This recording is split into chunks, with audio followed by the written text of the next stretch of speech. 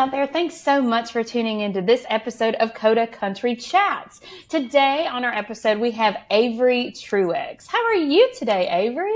I'm doing so good. How are you today? Oh my gosh. I tell you, it has been a very eventful few weeks. I feel like you and I have kind of just like having to reschedule for me a couple times. And I'm finally getting down to like talking to you and hearing all about you. And I'm so excited for that. So let's dive right in. What you think? Wonderful. That sounds great to me. So you just released a song called Nowhere out on June 28th. I'd love to hear more about the song itself, maybe a little bit about the writing process or the recording process. Tell me what you got. Sure thing. So when I first originally wrote that, it was going to be more of like a fast-paced kind of Western swing song because I love Western swing kind of music. It was going to be a much different, like more baritone in sound, but then it just, through the process of showing it to multiple people over and over again, they're like, hey, I like it when you do it higher there instead of lower, which kind of bummed me out. But, you know, I'll take whatever criticism comes my way. It was all from good people who are trying to have my best interests in mind. That's right. But yeah, so I wrote the song, man, probably about 6-7 months ago. And it was just something like this little piece of nothing that I had that I didn't really think anything of for the longest time. And then when I was sitting down with my producer, Pat Lyons, to go over, hey, like, what do we want to do? I showed him that one and he really liked it. And even after we recorded it, like I was absolutely in love with the way that him and all the guys that I worked with put it together. But like, it was not by any means like my favorite thing to put out there. You know, it was, or for my first single. Hold on, this isn't a negative piece. I'm not a negative guy. So I'm going through like the whole the marketing process of songs because like I'd never really focused on anything when it came to the marketing side of music before until then really.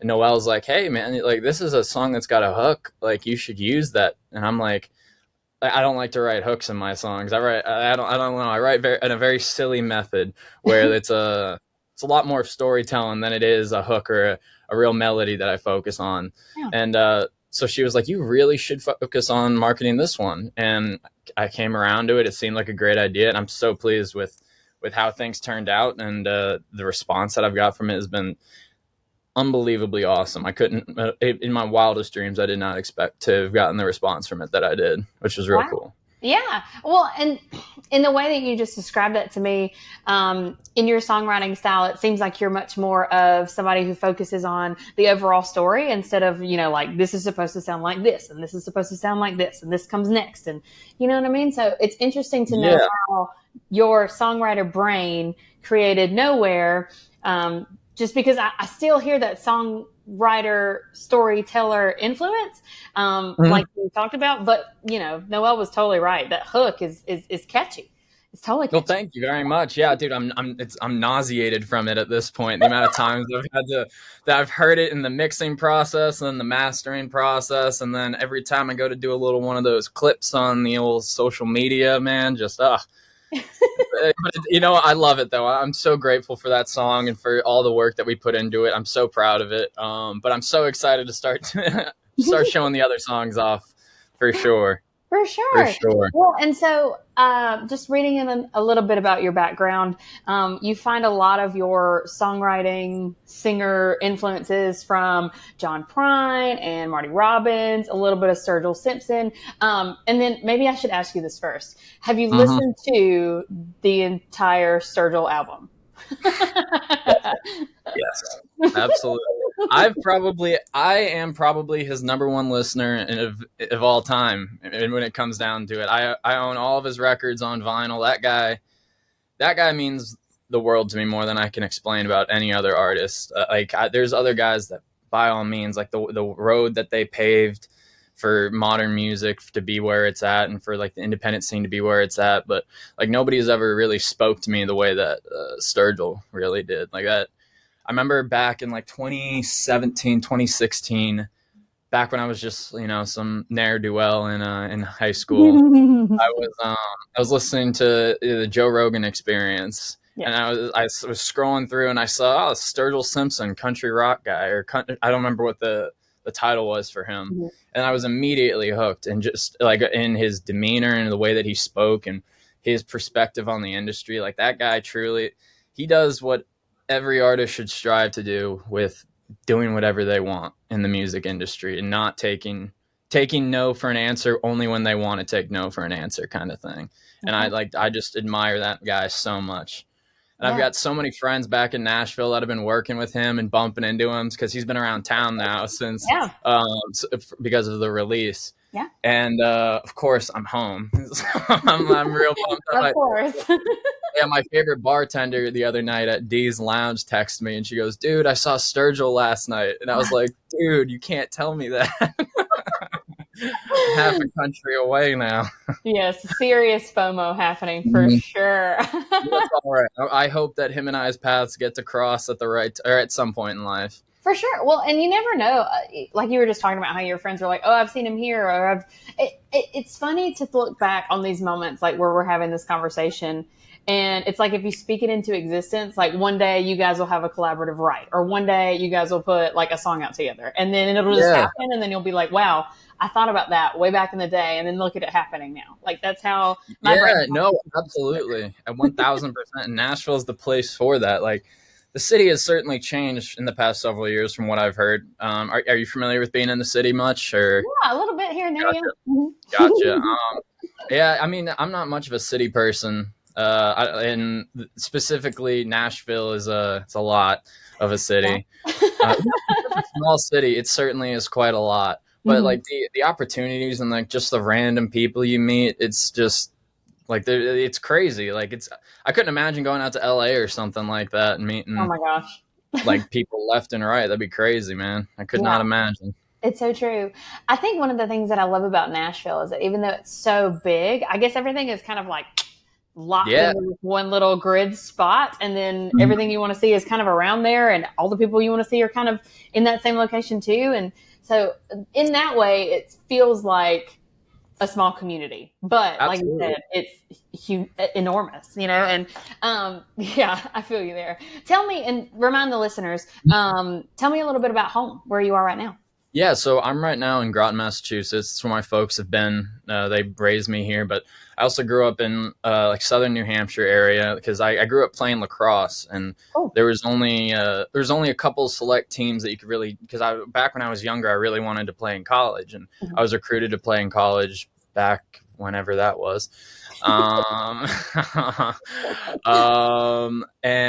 that was just like my whole life for the longest time, and all my lacrosse friends were up in New Hampshire, so I decided to go to high school up in New Hampshire. And like, yeah, man, it's something else up here. It's different. I remember when I first moved down to Nashville thinking like, man, this is so different. This is a lot of the things that I've been missing at home, because like there's the music community here is very small up north. That is very small. And a lot of the time, the music community consists of the people you bump into at an open mic and then never see again, because that's mostly what I've noticed.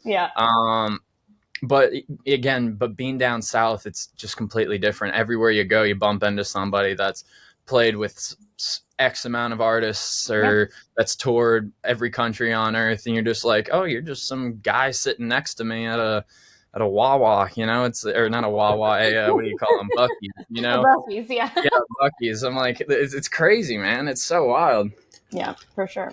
I want to talk to you a little bit about pine tree poetry, right? Yeah. And so that'll come out later on this year. Tell me what inspired that project, and how that all got to be the next thing for you. So it was really it's a culmination of songs I wrote this whole past year. So before I moved to Nashville, I was living up in Manchester, New Hampshire, and I had a real great spot there. But again, there was no real like music community for me to really take part in or anything like that. And most of my friends have either graduated from college and have gone somewhere else, or just working all the time, So I spent the entire year just locked in a room with me and my dog, just writing for about a year straight, and consuming all the music that I could, and from all the people from people I'd never heard of that have since just completely changed the way I look at the music. And like I love old music. That's my thing, is real old music that nobody's ever heard of. I want to try to bring all that kind of stuff back. Yeah. But in It was actually on Thanksgiving of last year. I've been looking into producers for months. I'd demoed a bunch of songs with this one studio up in Manchester, Blackheart Sound, that like we put together some real awesome demos. But I wanted to like put together something a little bit more cohesive, a fuller project. And I've been looking into producers for forever. And I connected with this fellow Patrick Lyons, who I've been looking into for months. I've been so nervous to reach out to him because he'd worked with some artists that I just absolutely adore, like Colter Wall and Vincent Neil Emerson. And Wow. I was so new to the industry. I didn't really know how that would come across. And, you know, I just had all this angst about it. But I eventually was just like, you know, fuck it. It's Thanksgiving. There's no way this guy's in a bad mood. Yeah. So I shot him a DM, and he got back to me immediately and was like, hell yeah, man. Like, send me what you want to do. How many songs you want to do? And I'm like, I want to do like 16 songs. And he's like, you sure you want to do 16? That's a lot of songs. I'm like, let's do it. Let's do it. I'm ready to roll with some stuff. So there are a lot of just really simple kind of songs of all different kind of like American styles. It's certainly like an Americana, country, folk, swing, grass record. Like I just try to cram a bunch of genres that I liked into one thing, and hopefully people like that. I don't really know. Yeah. It's hard to tell what people like these days. It's kind of like if you just cast a net, like a broad net, and see how many fish you get. You know what I mean?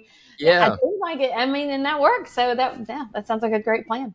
Yeah, I do want to ask you about one specific song that's coming out, and that's "Price of a One Man Band," and it talks about Robert Johnson and Delta Blues. Tell me what really. I mean, I know obviously that inspired you to write the song, but how did that like come about? What sparked that idea for you? So it probably goes back to when I was like a sophomore in college or junior, maybe. I was a good student, but I was only a good student at things I cared about, which were very few things. I get that. But one of the courses that I absolutely loved was I had this one professor, Dr. Jonathan McElroy, and he taught multiple American music tradition courses and like blues to hip hop courses, just like all the way through. And I took like 4 of those, and like everybody would be sitting around in the room, like some people half asleep, some of them just like stoned out of their minds, and like nobody's paying attention. And I'm like, are you kidding me? This is like the coolest stuff ever. How don't you guys want to know this stuff? This is so important. So that was when I first heard of Robert Johnson, and like the lore, like it's just such an enticing thing, like the original member of the 27 Club. Yeah. And so I just kind of like I've always loved Delta blues music. It's something that I'm not technically proficient at by any means, because it's something that like you got to have a certain amount of. There's got to be a certain amount of. I got to get more blues in me to be able to fully dive into the Delta blues. Yes, it's like that authentic. Yeah. I know absolutely. Like there is no other music like it, man. It's crazy. But I just started, or I wrote down this idea, or I just had this one. I had the title, "Price of a One Man Band." I had no idea what it was, but I wrote that down in my little notes thing. And then eventually I was thinking about, I don't know where it came to me, but I started thinking about Robert Johnson and the price he paid for being a one-man band kind of thing. And then from there I just kind of put it together. It's a real quick synapse of his story and all that, and there's little like historical facts that I threw in there that I felt I was rewatching a documentary of his not that long ago, like literally a week ago, and I got so anxious before I watched it because I was like, I really hope that I got everything right. And luckily I did. I remembered everything correctly. So that was, as soon as that documentary ended, that was some weight off my shoulders. I was like, whew, thank God I did not mess that up. But yeah, man, I don't remember writing it whatsoever. I just remember, I think I originally wrote it as a little bit more of a bluesy piece, but then I'm a little bit more proficient with like bluegrass kind of sound and stuff. So I decided to give it more of like a bluegrass Delta blues fusion kind of feel to it.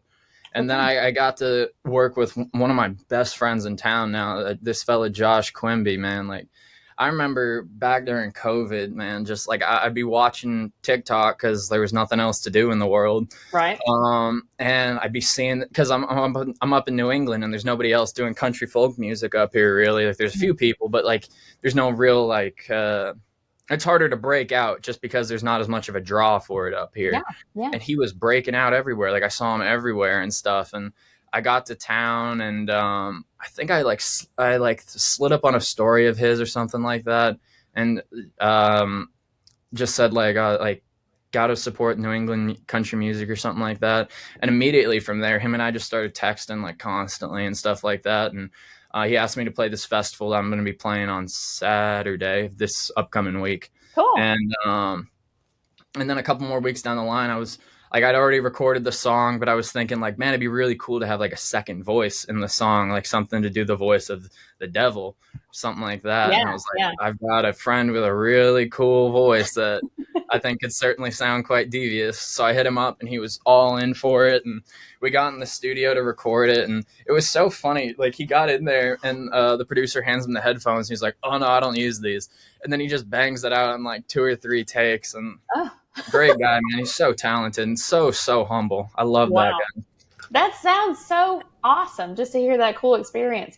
Well, yeah. We were just saying that you have your show on July 20th at the Webster with Josh Quimby. Kind of a hometown show, right? Because it's actually, so to be a little bit closer to where he actually grew up. I want to say, I should know this and I'm embarrassed that I don't. I want to say it's in Anniston, Connecticut now. Mm-hmm. But yeah, it's going to be a really, really great time. I'm super excited. A couple of folks coming from Nashville that I've seen perform before. A lot of new faces that I'm very excited to get to meet and see what their take is on New England country music. It's going to be a really, really cool time. Super excited for it. Well, that sounds so incredible. It's going to be just an awesome time in New England. Mm-hmm. Let me ask you this. First of all, thanks so much for coming on the show today. Do you have anyone that you'd like to give a shout out to, or anything else that you'd like to promote before we hop off the call? Anything else, man? Or shout out to, man? That's crazy. I didn't think that far ahead. I got to be a little quicker on my feet there, I suppose. Let's think. Honestly, I just really love to shout out the band that I worked with and all the people that I worked with. Maddie Myers, Matt Combs, Jeff Henderson, Josh Schilling, Pat Lyons, of course, Mike Mansour, Mitch Furr, like just some of the most stand-up fellas that I've ever had the pleasure of meeting. And like, I'm so proud of what we put together, and I'm eternally in their debt for what they've done for me so far. And I just can't wait to make more music with them. Oh my gosh. Wow. That is such a humble brag. I love that, man. That is, thank you. Shout out the band for sure. Yeah, no, they're wonderful people, man. Yeah. Audience out there, make sure that you check out Avry Truex's new single, Nowhere, that dropped on June 28th. And be sure to follow along with him. Shout out your social media so we can find you online before I absolutely. It's AVRYTRUEX music. I'm pretty sure. I'll tag it. And I appreciate you very much. Thank you.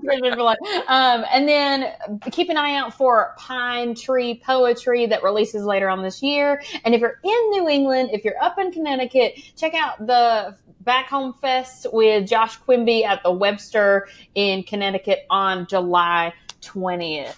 Avry, thanks so much for being an awesome guest today. Thank you so much for having me. This has been a lot of fun. Yeah. This is Lee with Coda Country, and you heard it here. Y'all have a great day. Thanks, Lee.